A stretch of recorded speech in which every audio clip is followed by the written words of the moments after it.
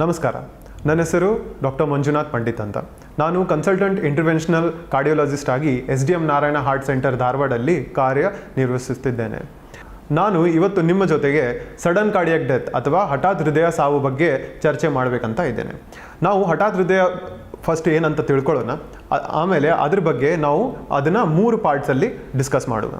Sudden cardiac death ಅಥವಾ ಹಠಾತ್ ಹೃದಯ ಸಾವು ಅಂತಂದರೆ ಏನಂತಂದರೆ ಸಿಂಪ್ಟಮ್ ಆನ್ಸೆಟ್ ಮತ್ತು ಸಡನ್ ಕಾರ್ಡಿಯಾಕ್ ಡೆತ್ ಮಧ್ಯ ಓನ್ಲಿ 1 hour ಡ್ಯೂರೇಷನಲ್ಲಿ ಮೃತ್ಯು ಆಗುತ್ತದೆ. ಅಂದರೆ biological death from the onset of symptoms, ಅಂದರೆ ಸಿಂಪ್ಟಮ್ ಏನಾರು ಇರ್ಬೋದು, ಎದೆ ನೋವು ಇರ್ಬೋದು, ಎದೆ ಬಡಕ ಇರ್ಬೋದು, ತಲೆ ಸುತ್ತು ಇರ್ಬೋದು, ಅಥವಾ ದಮ್ಗಟ್ಟೋದು ಅಥವಾ ಉಸಿರಾಟಕ್ಕೆ ತೊಂದರೆ ಇರ್ಬೋದು. ಸೊ ಇದು ಸ್ಟಾರ್ಟ್ ಆಗಿ 1 hourಲ್ಲೇ ಬಯಾಲಜಿಕಲ್ ಡೆತ್ ಆದರೆ ನಾವು ಸಡನ್ ಕಾರ್ಡಿಯಾಕ್ ಡೆತ್ ಅಂತ ಹೇಳ್ತೀವಿ. ಈ ಟರ್ಮಿನಾಲಜಿ ಸಿನ್ಸ್ ಥೌಸಂಡ್ಸ್ ಆಫ್ ಇಯರ್ಸಿಂದ ಇದೆ. ಇವಾಗ ರೀಸೆಂಟ್ಲಿ ಇನ್ ಲೈಮ್ ಲೈಟ್ ಬಂದಿದೆ because it has affected a lot of number of celebrities. So sudden cardiac death, ಇವಾಗ ನಾವು ಸಡನ್ ಕಾರ್ಡಿಯಾಕ್ ಡೆತ್ ತಿಳ್ಕೊಂಡಾದ್ಮೇಲೆ ಅದ್ರ ಬಗ್ಗೆ ಡಿಸ್ಕಸ್ ಮಾಡೋಣ. ಸಡನ್ ಕಾರ್ಡಿಯಾಕ್ ಡೆತ್ನ ನಾವು 3 ಭಾಗದಲ್ಲಿ ಡಿಸ್ಕಸ್ ಮಾಡೋಣ. ಮೊದಲನೇ ಭಾಗ ಇದರದ್ದು ರಿಸ್ಕ್ ಫ್ಯಾಕ್ಟರ್ಸ್ ಏನು ಅಂತಂದರೆ ಸಡನ್ ಕಾರ್ಡಿಯಾಕ್ ಡೆತ್ ಯಾರಲ್ಲಿ ಜಾಸ್ತಿ ಆಗುತ್ತೆ. ಸೆಕೆಂಡ್, ಸಡನ್ ಕಾರ್ಡಿಯಾಕ್ ಡೆತ್ತಲ್ಲಿ ಏನಾದ್ರು ರೋಗ ಲಕ್ಷಣಗಳು ಇದೆಯಾ. ಮತ್ತು 3ನೇದು, ಸಡನ್ ಕಾರ್ಡಿಯಾಕ್ ಡೆತ್ನ ನಾವು ಮುಂಚೆನೇ ಕಂಡು ಹಿಡಿಯಬಹುದಾ, ಯಾರಲ್ಲಿ ಸಡನ್ ಕಾರ್ಡಿಯಾಕ್ ಡೆತ್ ಆಗತ್ತಂತ ನಾವು ಮುಂಚೆನೇ ಕಂಡು ಹಿಡಿದು ಅದನ್ನು ತಡೆಗಟ್ಟಬಹುದಾ, ಅಂದರೆ ಅದನ್ನು ಏನಾದ್ರು ಪ್ರಿವೆನ್ಷನ್ ಇದೆಯಾ ಅಂತ ಡಿಸ್ಕಸ್ ಮಾಡೋಣ. ಸೊ ಮೊದಲನೇದಾಗಿ risk factors of sudden cardiac death. So sudden cardiac death ಅಥವಾ ಹಠಾತ್ ಹೃದಯ ಸಾವು ಯಾರಲ್ಲಿ ಜಾಸ್ತಿ ಆಗುತ್ತೆ. ಸೊ ಸ್ವಲ್ಪ ಫ್ಯಾಮಿಲೀಸಲ್ಲಿ ಜಾಸ್ತಿ ಆಗುವಂಥ ಲಕ್ಷಣಗಳು ಇರುತ್ತೆ, ಸ್ವಲ್ಪ ಫ್ಯಾಮಿಲೀಸ್ ಅನ್ಎಫೆಕ್ಟೆಡ್ ಇರುತ್ತೆ. ಸೊ ಇದು ಯಾಕಪ್ಪ ಅಂತಂದರೆ ರಿಸ್ಕ್ ಫ್ಯಾಕ್ಟರ್ಸ್ ನಾವು ಅದನ್ನು 2 ರೀತಿಯಿಂದ ಯೋಚನೆ ಮಾಡ್ಬೋದು. ಒಂದು ಮಾಡಿಫೈಯಬಲ್ ರಿಸ್ಕ್ ಫ್ಯಾಕ್ಟರ್ಸ್ ಅಥವಾ ನಾನ್ ಮಾಡಿಫೈಯಬಲ್ ರಿಸ್ಕ್ ಫ್ಯಾಕ್ಟರ್ಸ್. ಮಾಡಿಫೈಯಬಲ್ ಅಂತಂದರೆ ನಾವು ಅದನ್ನು ಮಾರ್ಪಡಿಸಬಹುದು. ನಾನ್ ಮಾಡಿಫೈಬಲ್ ಅಂದರೆ ಮಾರ್ಪಡಿಸ್ಲಿಕ್ಕೆ ಆಗಲ್ಲ. ಸೊ ಮಾರ್ಪಡಿಸಲಾಗದ ಅಂತ ರಿಸ್ಕ್ ಫ್ಯಾಕ್ಟರ್ಸ್ ಯಾವುದು? ಒಂದನೇದು ಎಲ್ಲಕ್ಕಿಂತ important sex.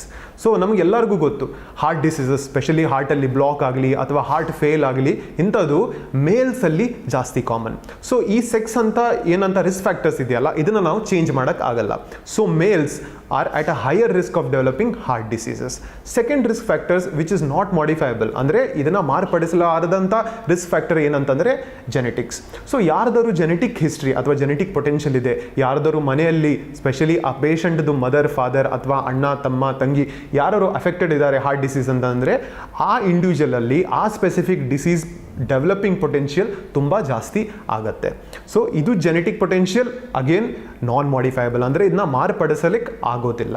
So ಮಾರ್ಪಡಿಸಬಹುದಂಥ risk factors ಯಾವುದು? ಮಾರ್ಪಡಿಸಬಹುದಂಥ ರಿಸ್ಕ್ ಫ್ಯಾಕ್ಟರ್ಸ್ ಅಂತಂದರೆ ಬರೋದು hypertension, that is BP, ಅಥವಾ ಶುಗರ್ ಡಿಸೀಸಸ್, ಡಯಾಬಿಟೀಸ್, ಅಥವಾ ಆಲ್ಕೋಹಾಲ್, ಅಥವಾ ಲೈಫ್ ಸ್ಟೈಲ್. ಇಂಥ ಏನಾದ್ರು ರಿಸ್ಕ್ ಫ್ಯಾಕ್ಟರ್ಸ್ ಇದ್ದರೆ ಇದನ್ನು ನಾವು ಮಾರ್ಪಡಿಸಬಹುದು. ಮಾರ್ಪಡಿಸಲಾಗದ ರಿಸ್ಕ್ ಫ್ಯಾಕ್ಟರ್ಸ್ ಡಿಸ್ಕಷನ್ ಆದಮೇಲೆ ನಾವು ಇವಾಗ ಚರ್ಚೆ ಮಾಡೋಣ modifiable risk factors. Modifiable risk ಫ್ಯಾಕ್ಟರ್ಸಲ್ಲಿ ಬರೋದು hypertension, diabetes, alcohol intake ಅಥವಾ ಸ್ಮೋಕರ್, ಅಥವಾ ಪುವರ್ ಲೈಫ್ ಸ್ಟೈಲ್, ಅಂದರೆ ಕಂಟಿನ್ಯೂಸ್ ಆಗಿ ವರ್ಕ್ ಮಾಡೋದು, improper diet habits or improper supplements ತೊಗೊಳ್ಳೋದು, ಎಕ್ಸೆಸಿವ್ ಸ್ಟಿರಾಯ್ಡ್ ಇಂಟೇಕ್ ತೊಗೊಳ್ಳೋದು, ಅಥವಾ ಅನ್ಕಂಟ್ರೋಲ್ಡ್ ಎಕ್ಸೆಸಿವ್ ಪ್ರೋಟೀನ್ ಇಂಟೇಕ್ ತೊಗೊಳ್ಳೋದು. ಸೊ ಇದೆಲ್ಲ ನಮ್ಮದು ಮಾಡಿಫೈಯಬಲ್ ರಿಸ್ಕ್ ಫ್ಯಾಕ್ಟರ್ಸಲ್ಲಿ ಬರೋದು.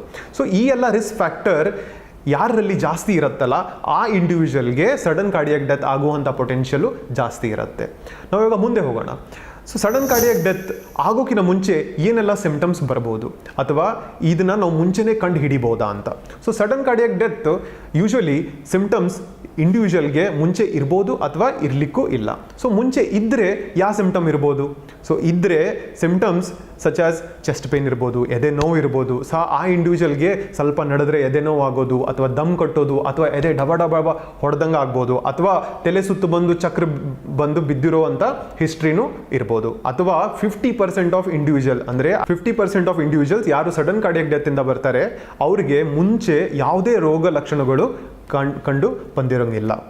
ಮುಂದೆ ಹೋಗೋಕ್ಕೆ ಈ ಸಡನ್ ಕಾರ್ಡಿಯಾಕ್ ಡೆತ್ನ ನಾವು ಹೇಗೆ ಕಂಡು ಹಿಡಿಬೋದು, ಅಥವಾ ಇದನ್ನು ನಾವು ಪ್ರಿವೆಂಟ್ ಮಾಡ್ಬೋದಾ, ಅಥವಾ ಇದನ್ನು ಸಡನ್ ಕಾರ್ಡಿಯಾಕ್ ಡೆತ್ ಅಂತ ಸಿಚುವೇಶನ್ ಅರೈಸ್ ಆಗಿಬಿಟ್ಟು ಆ ಪೇಷಂಟ್ ಬದುಕಿದ್ರೆ ಅಂಥ ಕಂಡೀಷನ್ ಮತ್ತೆ ಬರಲಾರ್ದಂಗೆ ಹೇಗೆ ನೋಡ್ಕೋಬೋದು.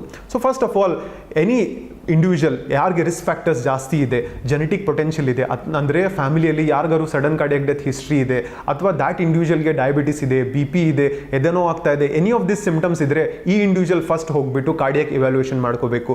ಕಾರ್ಡಿಯಾಕ್ ಇವ್ಯಾಲ್ಯೂಯೇಷನ್ ಅಂದರೆ ಒಂದು ECG ಇಕೋಕಾರ್ಡಿಯೋಗ್ರಾಮ್ ಮಾಡಿ ನಾವು ಸ್ಟ್ರಕ್ಚರಲಿ ಹಾರ್ಟ್ನ ನೋಡ್ತೀವಿ. ಈ ಇಕೋಕಾರ್ಡಿಯೋಗ್ರಾಮಲ್ಲಿ ನಾವು ಸ್ಟ್ರಕ್ಚರಲ್ ಹಾರ್ಟ್ನ ಸ್ಟಡಿ ಮಾಡ್ತೀವಿ. ಎಲ್ಲ ಚೇಂಬರ್ಸ್ ನಾರ್ಮಲ್ ಆಗಿದೆಯಾ, ಎಲ್ಲ ಹಾರ್ಟ್ ವ್ಯಾಲ್ವ್ಸ್ ನಾರ್ಮಲ್ ಆಗಿದೆಯಾ, ECGಯಲ್ಲಿ ಎನಿ ರಿದಮ್ ಅಬ್ನಾರ್ಮಲಿಟಿ ಇದೆಯಾ. ಸೊ ಇದರಲ್ಲಿ ಏನಾದ್ರು ಅಬ್ನಾರ್ಮಲಿಟಿ ಇದ್ದರೆ ವೆಂಟ್ರಿಕ್ಯುಲರ್ ಟ್ಯಾಕಿಕಾರ್ಡಿಯಾ ಅಥವಾ ವೆಂಟ್ರಿಕ್ಯುಲರ್ ಫಿಬ್ರಿಲೇಷನ್ ಅಂತ ಸಡನ್ ಕಾರ್ಡಿಯಾಕ್ ಡೆತ್ ಆಗುವಂಥ ಪೊಟೆನ್ಷಿಯಲ್ನ ನಾವು ಕಂಡುಹಿಡಿತೀವಿ. ಸೊ ಇದರಲ್ಲೂ ಕಂಡುಹಿಡಿಲಿಕ್ಕೆ ಆಗಿಲ್ಲ, ಇದರಲ್ಲೂ ನಮ್ಗೆ ಏನಾದ್ರು ಒಂದು ಡೌಟ್ ಇದೆ ಅಥವಾ ಇದರಲ್ಲೂ ನಮ್ಗೆ ಅನಿಸ್ತಾ ಇದೆ ದಟ್ ಇದರಲ್ಲಿ ಏನಾದ್ರು ಒಂದು ಹೃದಯದ ರಕ್ತನಾಳದಲ್ಲಿ ಪ್ರಾಬ್ಲಮ್ ಇದೆ ಅಂತಂದರೆ ನಾವು ಮುಂದೆ ಹೋಗ್ಬಿಟ್ಟು ಒಂದು ಕೊರೊನರಿ ಆಂಜಿಯೋಗ್ರಾಮು ತಗೋಬಹುದು. ಸೊ ಇದರಲ್ಲಿ ನಾವು ಕಂಡುಹಿಡಿತೀವಿ ಏನಾದ್ರು ಪ್ರಾಬ್ಲಮ್ ಇದೆಯಾ, ರಿದಮ್ ಡಿಸ್ಟರ್ಬೆನ್ಸ್ ಇದೆಯಾ, ಅಥವಾ ಕೊರೊನರಿ ಆರ್ಟರಿ ಡಿಸೀಸ್ ಇದೆಯಾ, ಅಥವಾ ಸ್ಟ್ರಕ್ಚರಲ್ ಹಾರ್ಟ್ ಪ್ರಾಬ್ಲಮ್ ಇದೆಯಾ ಅಂತ ನಾವು ಕಂಡುಹಿಡಿತೀವಿ.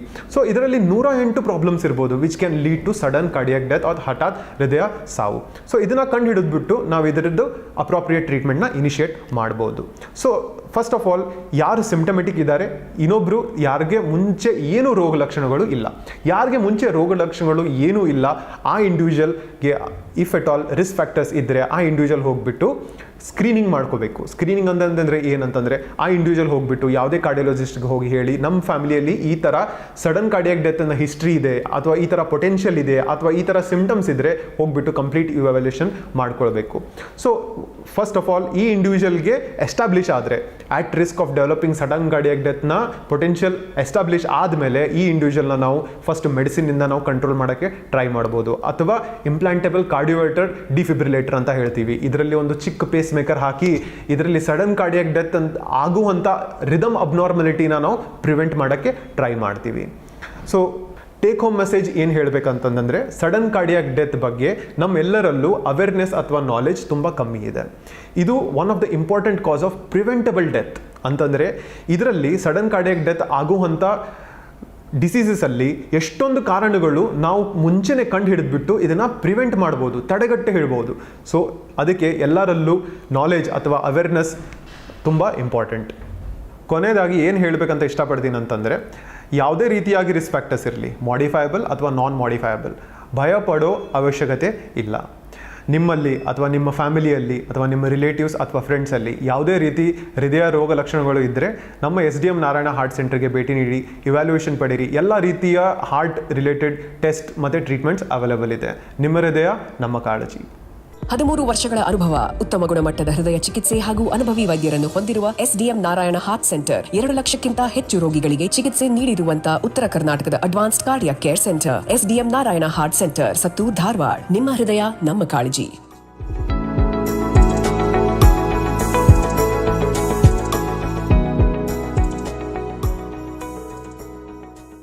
Download Public Next.